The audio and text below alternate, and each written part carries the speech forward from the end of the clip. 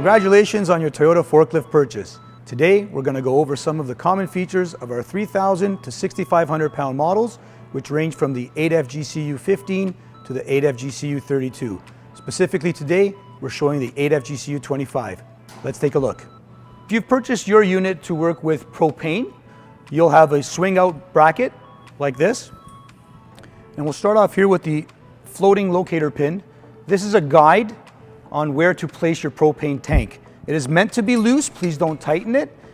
It goes into the different cutouts that the various propane tank manufacturers have so that you make sure that you've got the tank in the proper position and that the straw that draws the fuel is pointing down so that you can maximize fuel consumption.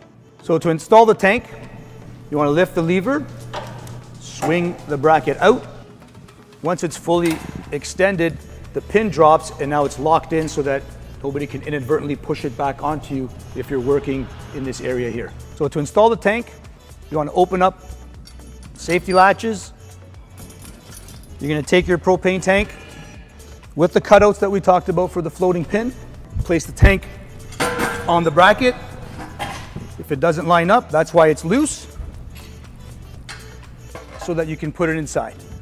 Once that's in place, you want to get the safety latch on, because this is what's actually holding the propane tank down, not the floating pin. You'll latch it on tightly like that. You need to release the pin again to allow the swing to come back and safely latch in. If you purchase your forklift with diesel or gas as your fuel source, you will not have the swing out bracket like here, but you'll have something similar to what you have on your vehicle, which is the gas cap. At the back of this seat, you're going to find a compartment with your operator manuals. In the manual for safe operation, which is the smaller book, you'll reference things like operator responsibility, pre-operation checks, handling a load, and even how to safely transport your forklift. In the operator's manual, which is the larger book, you'll find things like switches and levers, the instrument panel, maintenance procedures that the operator can complete, and a lubrication chart, among other things. These manuals should always be kept with the forklift so that the operator can reference them whenever needed. Moving over to the operator compartment area, we have Toyota's 4-way full suspension seat that comes with both a backrest angle adjustment as well as full lumbar support. And to move the seat forward and back, there's a lever that allows you to do just that. The seat suspension can also be adjusted to accommodate different operator weights. In order to open the hood to perform some of your daily checks, you're going to need to swing the propane tank back out to make some room. Once the tank is open and secure, you can move the seat forward, lift the latch, and bring the hood straight up. Once you have the insulated hood up, you'll have full access to the engine compartment where you'll be able to see your battery, check for oil, make sure there's no debris or dust in your rad, as well as access to your air filter and your no tools floorboard that can be easily removed so that you can check your transmission fluid. In order to remove the air cleaner for your cleaning approximately once a week, you want to pull back the clips, there's 3 of them, and then remove the cover and the air cleaner. Put it back, and when you're replacing the cap, make sure that the air cleaner discharge valve is pointing down so that it can blow any dirt or debris through the engine compartment to the floor rather than into the engine compartment itself. Also, from the right side of the forklift, you have access to the radiator overflow as well as your hydraulic tank reservoir. Once you're done working inside the engine compartment, you need to press the orange lever in order for the hood to release and come down safely.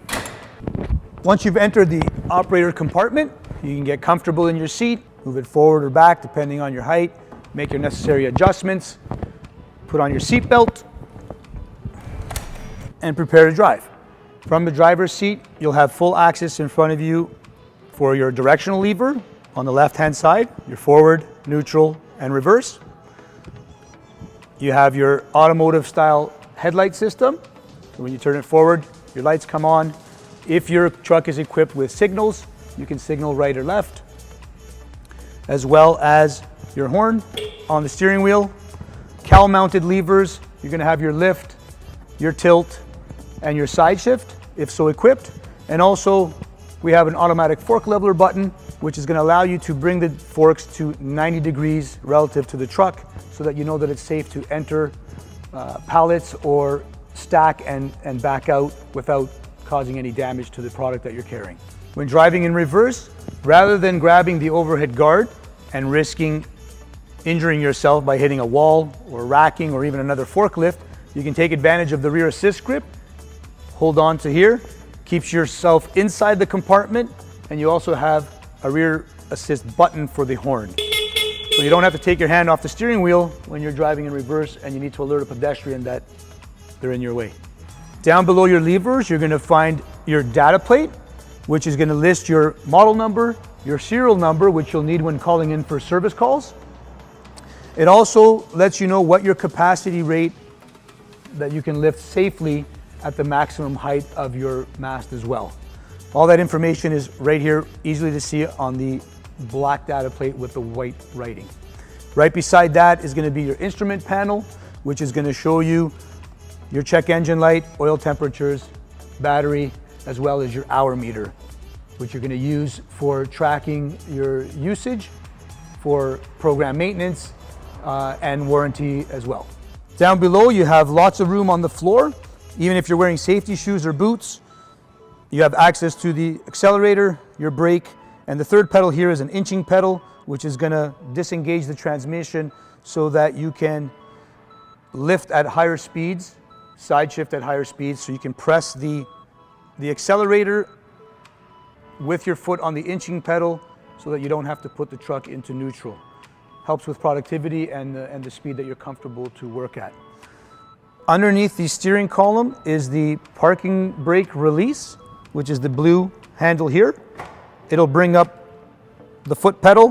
When you need to re-engage the parking brake, you're going to simply use the biggest muscles, which is your legs, to push it back down, rather than using the handle on our previous models. As well, you have memory steering column here. Release it. You can put it in the position that is most comfortable for you to drive in and then lock it in place. You do not need to release the steering wheel in order to open the hood, which we showed you earlier. Below the levers and to the right of the steering wheel is your data plate, where you'll find information like your truck's model, serial number, attachments in use with the forklift, like in this case a side shifter, the maximum lift height that the mast is capable of, and the derated capacity that the forklift can lift based on that setup. The weight of the truck is also listed. All this information needs to be correct and kept up to date. If a different attachment is installed, the mast gets swapped out, or the load center is different than what is listed, then a new data plate must be ordered to match the new configuration. You can have multiple data plates if the forklift will be switching back and forth between attachments and or load centers. And you can also access your brake fluid in the reservoir underneath this compartment. If you need to adjust the fork spread, you can do so manually. You need to get the pin out of the notch so that it can slide to the spot you want it to. Then when you turn the pin back and down, it'll fall and click into place, just like that.